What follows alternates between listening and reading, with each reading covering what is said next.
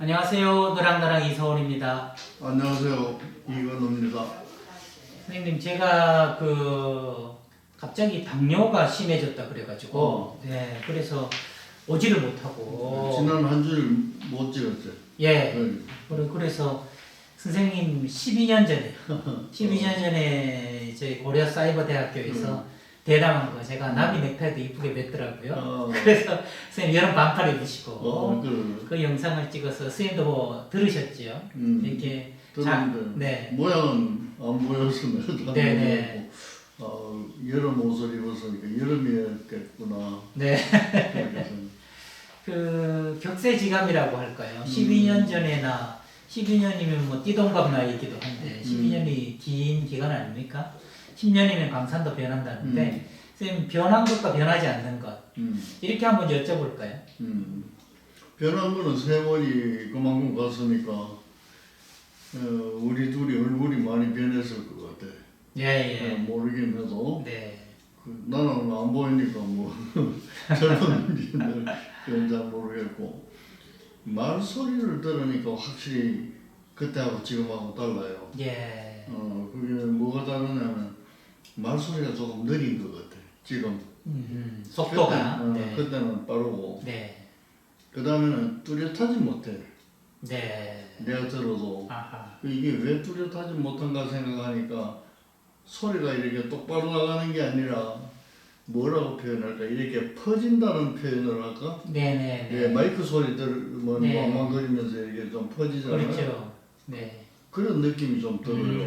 그런 느낌이 좀 들고 그 다음에는 그거보다 이제 더 먼저 내가 옛날에 현역에 있을 때 한국정신문화연구원에 가서 내가 강연을 한 적이 있어요. 네. 한 적이 있는데 그걸 녹음 테이프가 어디서 나와가지고 네네. 그것을 한번 들어봤더니 전혀 내가 아니에요.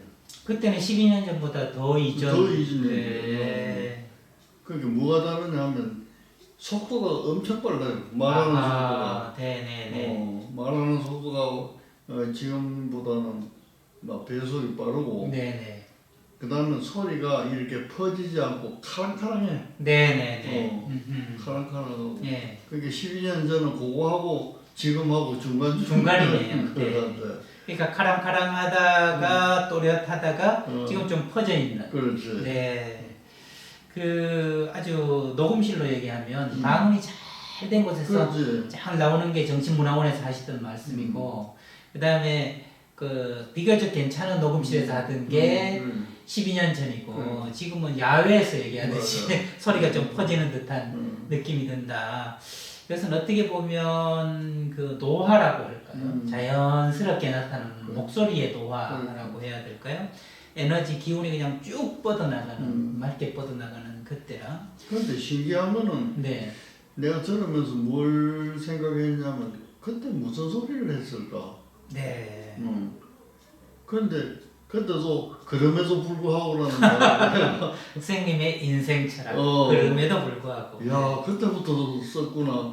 그때부터 썼다면 그 이전부터 썼을 거야. 아하 그러네요. 그러네요. 네. 그러니까 그런 뭐랄까 한두 가지의 일관성은 네.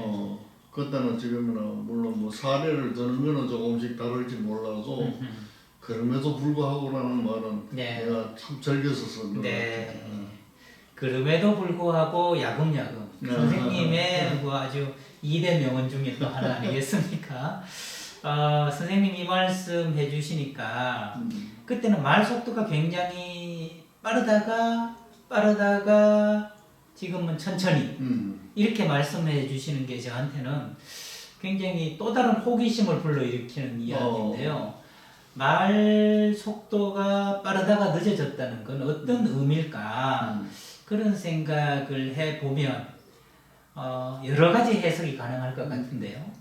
저는 일단 확신이라는 기준으로 보면 젊을수록 더 확신을 가졌던 게 아닐까. 내가 알고 있는 것들에 대해서. 그렇기 때문에 이 확신을 빠르게 전달하는 것에 대해서 일말의 망설임도 없이 곧장 이야기를 하지 않았을까. 그러니까 젊었을 때는 지금 돌이켜 생각해 보면 설익은 지식이거든. 설익은 지식이지만 더 굳은 확신. 네. 그러니까 그걸 내가 설익었지만 설익은 줄 모르니까 네. 자신 있게. 자신 있게 얘기하는 거예요. 그래서 그거는 내 경험에서 인턴을 하는데 네. 인턴은 응급실을 맡아서 네. 하잖아. 네. 그럼 뭐 응급 일지에 다 써요. 이제 네. 모르고 봤다. 그래서 이제 교수님한테 아침에 나오시면 이제 결제를 받거든. 네. 근데 이제 선생님이 일지를 날 이렇게 해보니 너 이런 확신이 어디서 생겼느냐 이렇게 물어. 이런 확신이 어디서 그럼 무슨 말씀이냐고 네. 그랬더니 보통은 환자가 오면 뭐 때문에 왔다 하는 걸 적잖아요. 네. 그걸 이제 우리말로 뭐 주소라고 해. 주된 호소가 뭐냐. 주된 호소, 주소 줄여서. 주소. 예. 주소 뭐 적고 그다음 언제부터 그러냐.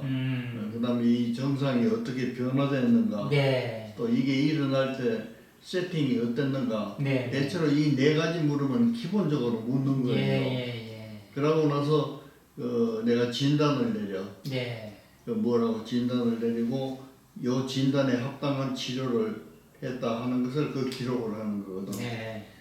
그러니까 내가 적은 거는 언제든지 다이아그노시스예요. 진단. 네.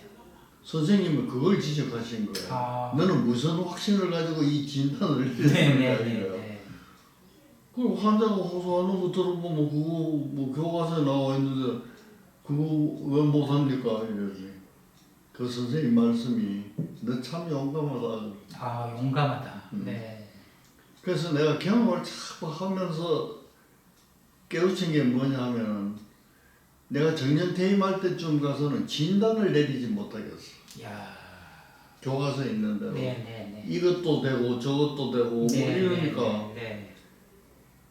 그만큼 내가 인턴 때 확신을 가지고 어떻게 보면 설리은 확신이 확신을 가지고 내렸던 진단을 내릴 수가 없어요. 네. 그게 맞지를 않는 거예요. 네. 그러니까 언제든지 이제 뭐라고 썼냐면 임프레션이라고 써. 임프레션. 네. 진단 확진이 되기 전에 내가 이런 인상을 받았다.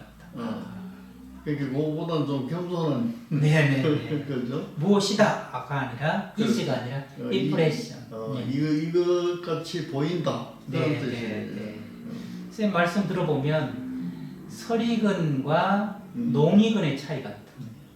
설익다, 농익다 했을 때 세월이 가니까 봄에 감이 열렸다가 가을에 홍시가 터졌죠. 그러네요. 지금 푸른 감에서 붉은 홍시로 그렇지. 이렇게 되셨는데 그때는 힘이 있어서 좋았고 지금은 또 이렇게 농익어서 좋은 거 아니겠습니까? 선생님 말씀이 느려졌지만 저는 선생님과 그 세월을 또 함께 했잖아요. 그렇죠.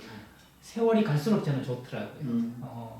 조금 천천히 하시면서 그 중간중간에 생각할 수 있는 여지, 여유를 주시고 또 그 중간 비는 틈 사이에서 제가 또 생각을 더 가다듬을 수 있는 그런 기회를 주신 것 같아서. 근데 그런 걸 일부러 주려고 느릿느릿 한 건 아니고 느릿느릿 한 것을 가지고 이 교수가 활용을 잘 하는 거예요. 네.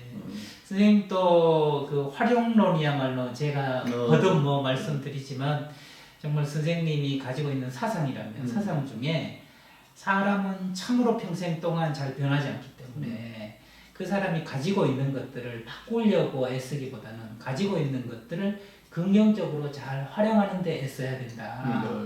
네, 그래서 강복 말씀도 그런 말씀을 선생님이 한번 하셨더라고요. 그 선생님이 그 어릴 때 화장실에 가가지고 그거를 대포를 싸가지고 시멘트를 아주 뚫어버렸었다는 일화를 한번 얘기해 주셨어요. 항상 같은 자리에서 소배를 모셔가지고. 그건 정말로 그랬어요. 1학년부터 6학년 때까지 그때 화장실은 길게 그냥 이렇게 서로 볼 수가 있고 그렇잖아요. 근데 이제 벽은 세멘트 벽이라. 그러고 이제 소변을 넣으면 한복이 이렇게 흘러가지고 하우스 속으로 들어가는. 요즘은 생각할 수도 없는 그런 건데 그걸 내가 우연히 소변을 넣다 보니까 세면이 조금 떨어져 있는 데가 있어. 그래서 그걸 1학년부터 6학년 졸업할 때까지 공략을 했어. 학년이 올라가면 화장실이 달라지잖아요. 네. 그 가운데 있고 그래도 구태국이 너를 와서 내가 막 그거지 가서 계속 보다가 쏘아서 그래가 졸업할 때 세면 조각 떼서 야호. 무서운 얘기들. 그 일화를 말씀하시면서 선생님께서 누구나 그런 강박이 있다.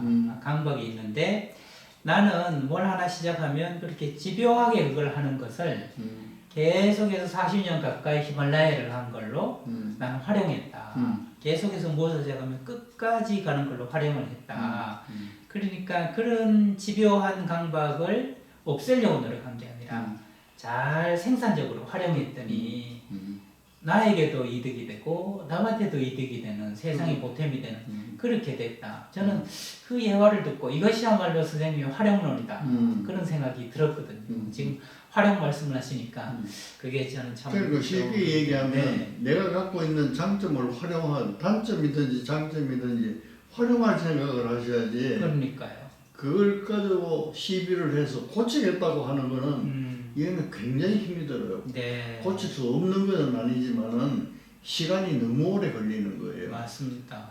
그러니까 단점이라고 하더라도 사회에 해를 끼치지 않는 단점이라면 그걸 활용해서 사회에 이바지할 수도 얼마든지 있는 거예요. 네, 네. 그래서 이제 활용론을 제가 얘기한 거예요. 네. 뭐 비근하게 왼손잡이가 있지 않습니까? 굳이 오른손으로 양손 다 쓰게 하려고 애쓰기보다 왼손을 잘 활용하면 왼손만으로 할 수 있는 일이 많지 않습니까? 그럼요. 야구 같은 것도 왼손 투수고 왼손 투수 또 왼손 타자가 그럼. 굉장히 더 잘할 수 있고 그런 가능성이 있는 거 아니겠습니까? 그래서 활용은 좋은 머리 뒀다 뭐하나 그런 내가 고칠 수 없는 걸 활용하는 데 써야지 이런 생각도 들고 말이죠. 선생님 12년 전 추억을 떠올리다 보니까 활용 얘기도 나오고 그럼에도 불구하고 이야기가 나오는데요.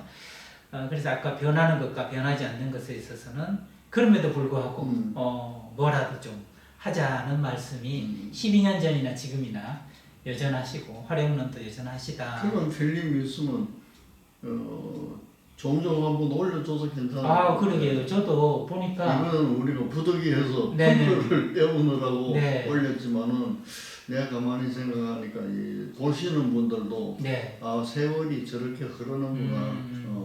우리 우선 모습이 달라진 거예요. 말소리도 달라지고. 네. 그러나 우리가 하는 이 얘기들은 나도 그거 처음 듣고 이게 일관성이라는 게 조금 있구나. 군덕지는 좀 붙을지 몰라도 네네. 그거는 그때그때 상황에 따라서 붙어가는 네. 거지 주된 얘기는 하고자 하는 얘기는 그럼에도 불구하고구나. 그런 걸 느꼈어요. 네. 저는 또 뭘 느꼈냐면 그때나 지금이나 선생님과 제가 사이가 참 좋구나 하는 걸 일관되게 느꼈습니다.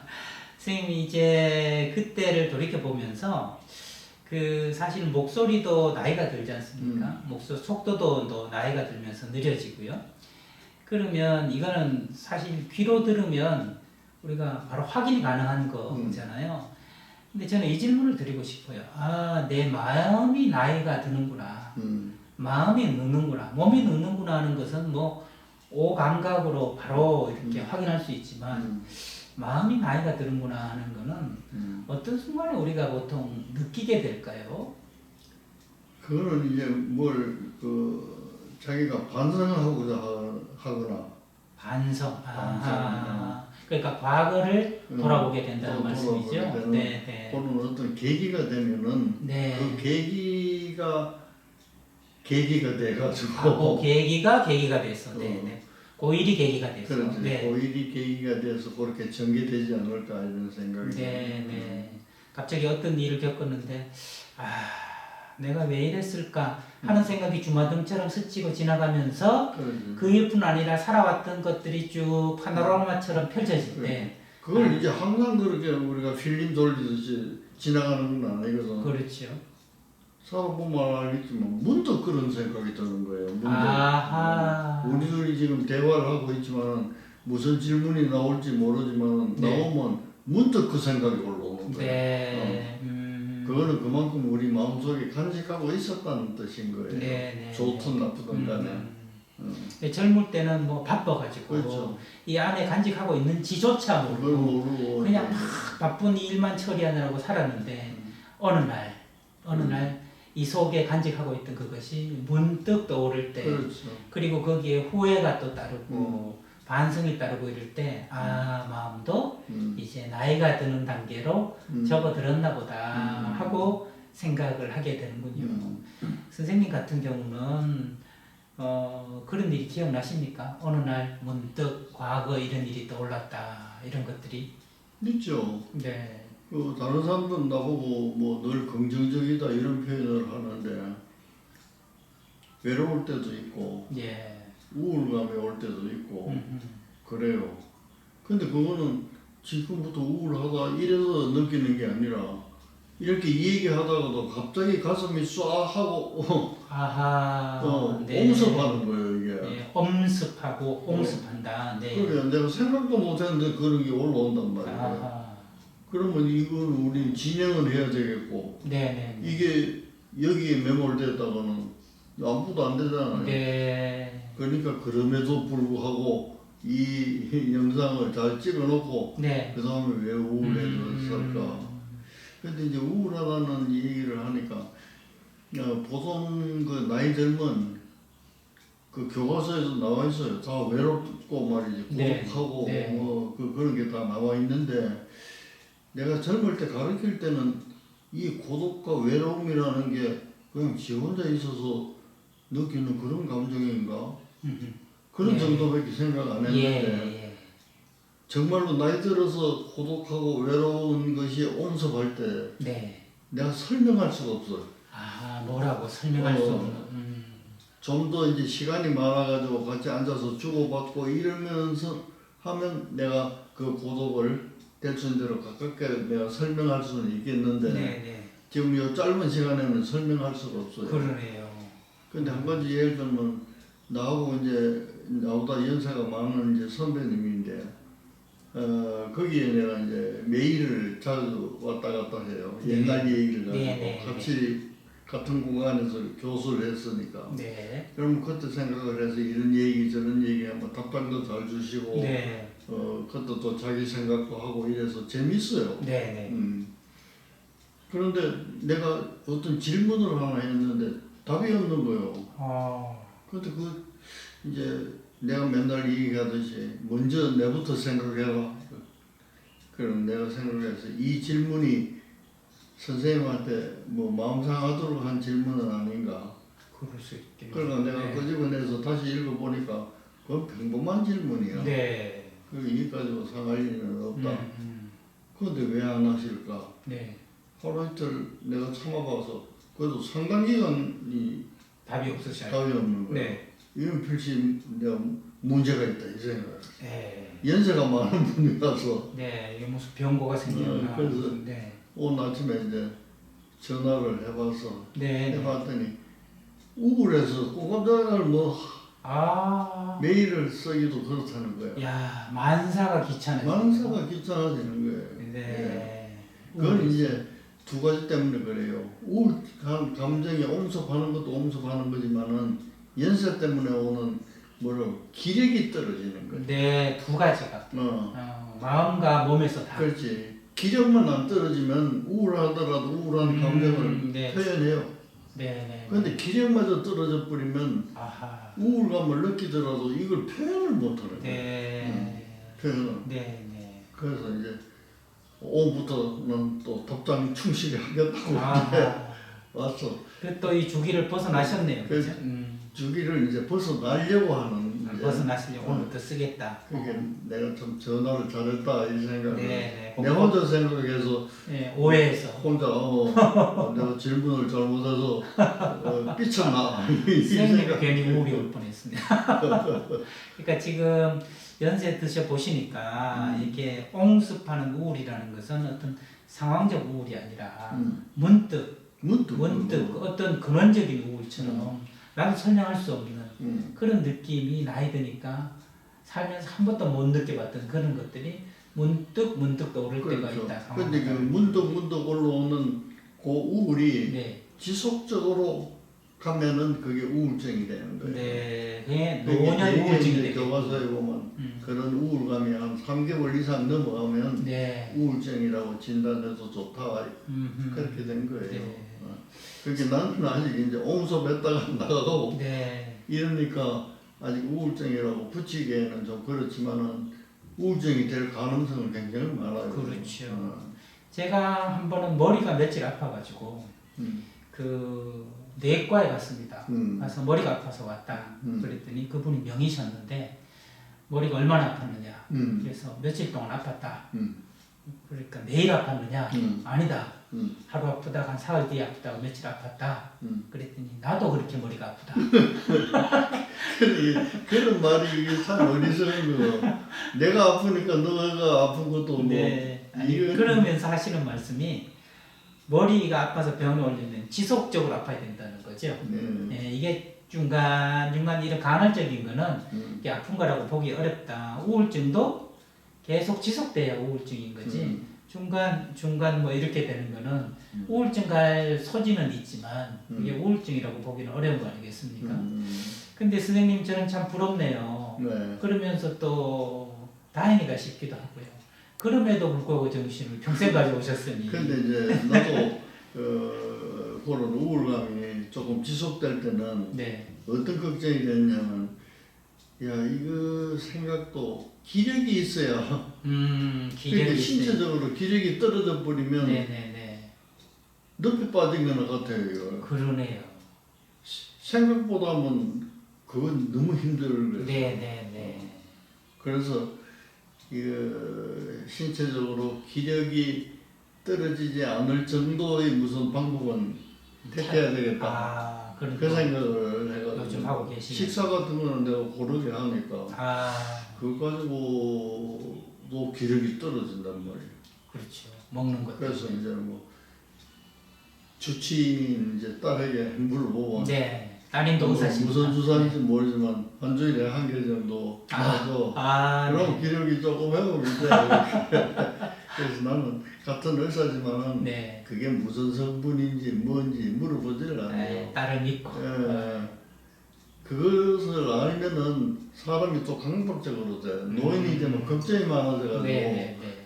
이게 무슨 부작용이 있는지 뭔지 또 뭐 그렇죠. 요새 검색하기가 백신 겁나서 못 맞는 분들처럼 말이죠. 그래요. 그렇죠? 네. 그러니까 그런 걸 막 검색해 보면 부작용이 엄청 많이 나오잖아. 네네. 그럼 그것 때문에 또 이제 겁이 나서. 겁이 나고. 그러니까 아예 주치의한테 맡기고 네네. 뜻대로 하세요. 따님 뜻대로 하셔서 하고. 기력이 없습니다. 기력 좀 살려주세요. 그게 제일 나아. 네. 몰라, 나는 그래요. 아니 우리 노숙한 정말 노의사 선생님의 그 처방전. 저 벌써 보험 들었네요.